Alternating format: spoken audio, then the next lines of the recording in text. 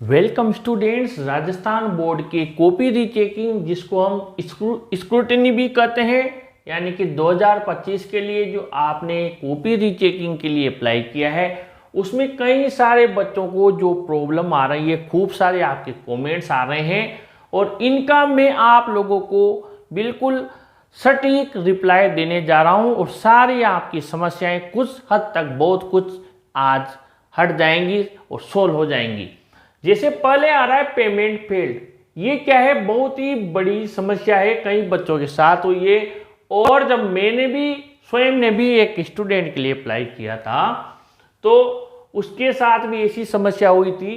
कोई जो बच्चा था उसके लिए हमने ये हमारे मिलने वाले का ये किया था तो उसके भी दिक्कत आई थी। और पेंडिंग आ रहा है, यानी कई बच्चों के पैसा भी कट गया फिर भी पेंडिंग लिखा आ रहा है। किसी के रोल नंबर जब पैसा कट गया या नहीं कटा, लेकिन जब अप्लाई कर रहे हैं तो role number is already registered लिखा आ रहा है। ठीक है, किसी के पेमेंट दोबारा, उसने 2 बार पैसा कट गया, उसका रीचेकिंग आईडी पासवर्ड का मैसेज ही नहीं आया, ये भी लिखा है बच्चों ने। आईडी पासवर्ड का मैसेज आ गया, लेकिन जब लॉगिन कर रहे हैं तो सीधा वो रिटोटलिंग की एप्लीकेशन पर ले जा रहा है, जो कि हमने पहले ही फिल कर दी है, जो फॉर्म है।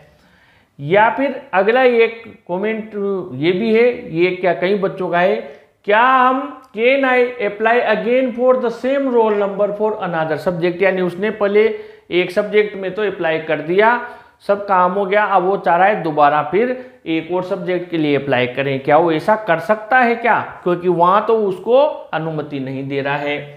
कॉपी रीचेकिंग का टाइम कितना है, क्योंकि कई बच्चों ने जिनका रिजल्ट पहले आ गया था 10 दिन हो गए, किसी को 11 दिन हो गए, अभी तक कोई इन्फॉर्मेशन नहीं है, इसका भी रिप्लाई है। और हाउ टू चेक और स्टेटस, ये स्टेटस कैसे देखना है, क्योंकि अभी जो भी बच्चे कुछ भी कर रहे हैं तो उन्हें कोई सही आंसर नहीं मिल रहा है, सीधा वो रिटोटलिंग एप्लीकेशन पर जा रहे हैं, पता ही नहीं लग रहा क्या हो रहा है। नॉट सेटिस्फाई विद मार्किंग, यानी जो मार्क्स दिए हैं आपने कॉपी आने के बाद में, आपको लगा कि यार इसने तो मेरे आंसर में नंबर ही दिए हुए नहीं है और ये एक पेज तो पूरा ही छूटा हुआ है, तो फिर क्या करें। कैन वी अप्लाई ऑब्जेक्शन, क्या हम ऑब्जेक्शन लगा सकते हैं? क्या राजस्थान बोर्ड ऐसी सुविधा देता है कि कॉपी देखने के बाद भी अगर आप चाहें तो जिन चीज़ों से आप सेटिस्फाई नहीं है उसके लिए वापस कॉपी रिव्यू होती है क्या? सारी चीज़ें मैं आपको बताने जा रहा हूँ। सबसे पहले ये देख लीजिए पेमेंट फेल्ड। तो पेमेंट फेल्ड में हम क्या करते हैं, जैसे हम वहाँ पर जाते हैं पेमेंट फेल होने के बाद में वही प्रोसेस अपनाते हैं, हम सीधा स्क्रूटिनी पर आरबीएसई की वेबसाइट पर जाते हैं, क्लिक करते हैं। उसके बाद में हम देखते हैं, मैं पूरी प्रोसेस आपको बता देता हूँ, ये मैंने स्क्रीन रिकॉर्डिंग की हुई है, इसी से मैं आपको बताता हूँ पूरी एक एक चीज़ की होता क्या है। सबसे पहले हम बोर्ड ऑफ सेकेंडरी के वहाँ पर जाते हैं, एजुकेशन राजस्थान के, उस पर हम क्लिक करते हैं। क्लिक करने के बाद हम स्क्रूटिनी 2025 पर आ जाते हैं। यहाँ पर ये पूरी डेट आ जाती है कि ये है डेट है, इसके अनुसार आपको 7 इतनी है, 1 है। हम क्या करते हैं, वापस फर्स्ट स्टेप पर आते हैं, न्यू रजिस्ट्रेशन पर, और पूरी एप्लीकेशन वापस फिल करते हैं, क्योंकि हमारा उस टाइम पेमेंट फेल हो गया था, कुछ भी नहीं हुआ था। हम पूरा एक एक वही class, roll number, mobile number, email, bank account, address, पूरी की पूरी हम आईएफएससी कोड पूरा लिखते हैं। ये गलत है। क्यों? क्योंकि इससे आपका रजिस्टर करते ही वो कहता है this roll number is already registered. आपको स्टेप 2 पे जाना है। आपको फेल होने के बावजूद एक ईमेल पर लॉगिन आईडी पासवर्ड मिले हैं, उस पर जाओ और वापस आपको क्या है, इस जगह लेके आएगा। एप्लीकेशन फिल करते हैं ना, वहां पर जो सब्जेक्ट आपने दिए थे वो हर एक नजर आएंगे और आपको ये वापस इस जगह आ जाएगा कि पेंडिंग हो रहा है। किसी को बताएगा कि आपके फेल हो गया है, बार बार आप ऐसा कर रहे हो और बार बार परेशान हो रहे हो। किसी के ये रजिस्टर्ड हो गया, पैसा कट गया, कुछ लिखा ही नहीं आ रहा रिसिप्ट में। वापस यहाँ से बाहर निकलिए, लॉगिन पर आइए, स्टेप 2 पर। जो आपको ईमेल आईडी मिला है, उस ईमेल आईडी पर आपको आईडी पासवर्ड मिले हैं, उससे आप लॉगिन करिए। यहाँ पर मत आइए स्टेप 1 पर। और आप जो ये करते हैं ना, पूरा वापस एप्लीकेशन भरते हैं, पूरा ये करते हैं, ये मैं बता रहा हूँ जल्दी जल्दी, और फिर हम पूरा ये करते हैं और फिर जब रजिस्टर करते हैं फिर वापस आपके क्या आता है, this roll number is already registered. बार बार यही आ रहा है ना, निकलने के बाद भी यही आ रहा है। ठीक है, फर्स्ट उस पर जाओगे तो, लेकिन लॉगिन 2 पर जाओगे तो ऐसा नहीं होगा। ये देखिए आपको ये क्लियर फॉर्म कैंसिल ये है ना, इसको कर लो, आपकी आईडी वही रहेगी। घबराना नहीं है कि कैंसिल हो गया तो क्या होगा। क्लियर फॉर्म और कैंसिल, वो जो ट्रांजैक्शन की गड़बड़ी है, रोल नंबर की गड़बड़ी नहीं, उस ट्रांजैक्शन को नहीं ले रहा है वो। आईडी चेंज होगी, ट्रांजैक्शन आईडी वो चेंज होगी तब पेमेंट लेगा वो दोबारा। अगर पेमेंट नहीं कटा है तो आपको एक क्लियर फॉर्म और कैंसिल पे जाना है। तो ये जो ग्रीन हो रहे हैं ना 2 सब्जेक्ट आपके, जैसे इस बच्चे के हो रहे हैं, आपके देख लो पर्सनल डिटेल्स मैंने कवर की हुई है, सेम रहेगी, रोल नंबर नाम कुछ भी चेंज नहीं होगा। ऐसा नहीं कि क्लियर करते हैं ऊपर से भी सब उड़ गया, कुछ रहा ही नहीं, सेम रहेंगे। भी ये वापस रेड हो गए। अब आपको क्या करना है, जिन सब्जेक्ट में आपको अप्लाई करना है उसको वापस से यहाँ पर क्लिक कर दो।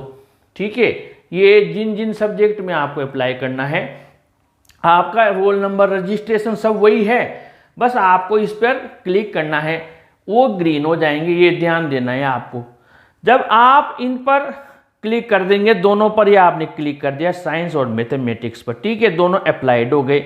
ये वापस निकलने के बाद की बात है। ये फॉर्म अब आपको सेव पर आ जाना है। जब आप सेव बटन पर क्लिक करेंगे, ध्यान दे लेना, ये सब हमने क्लियर कैंसिल करने के बाद दोबारा किया है तब हुआ है। तो ये लिख दिया इसने कि भाई आपने साइंस मैथमेटिक्स पे अप्लाई किया है, और क्लिक कर दिया हमने। ये मैं कहाँ लेके आ गया, पेमेंट मोड पर। ये लिख दिया इसने, आप 400 रुपये साइंस के मैथमेटिक्स के पे ऑनलाइन कर दो। ठीक है, 800 रुपये बता दी इसने। वापस दोबारा हो रहा है। ऐसा नहीं बहुत से करें, 1 दिन बाद ट्राई करो, 2 दिन बाद ट्राई करो, कुछ भी करें उन्हें पता ही नहीं है। जबकि ये कैंसिल और क्लियर करके होगा, नहीं तो 24 घंटे क्या 24 साल बाद भी वो वैसे ही लिखा आएगा, ऑलरेडी रजिस्टर्ड, ट्रांजेक्शन पेड, नहीं हो सकता कुछ भी। अब आपका ये आगे बढ़ गया, पे ऑनलाइन पर आ गए आप, ये आ गए। ठीक है, ये आ गया पूरा सेलेक्ट बैंक और वगैरह ये, यानी 24 घंटे की जरूरत ही नहीं है। 24 सेकंड बाद भी इस प्रोसेस को अपनाओगे तो सही हो जाएगा, पर वो ट्रांजेक्शन है ना वो चेंज होगा वापस दोबारा से। अब आप ये सेलेक्ट बैंक कर लो, नेट बैंकिंग या एग्रीगेटर दोनों से आप कर सकते हो, जैसे भी आपको सुविधा लगे इससे आप सेलेक्ट कर लें। ठीक है, पेटीएम से और आपका जो भी यूपीआई वॉलेट है आप जिससे भी चाहें कर सकते हैं। ये आ गया यहाँ पर net bank, bill desk, net banking, wallet, UPI, QR code, जो भी चाहे आपको जो भी इजी लगे, आपके पास सुविधा है उस हिसाब से आप इसको जब करेंगे तो उसके बाद में क्या होगा, ये नेक्स्ट स्टेप पे ले जाएगा। आपको पे नाउ पे क्लिक करना है, ध्यान देना।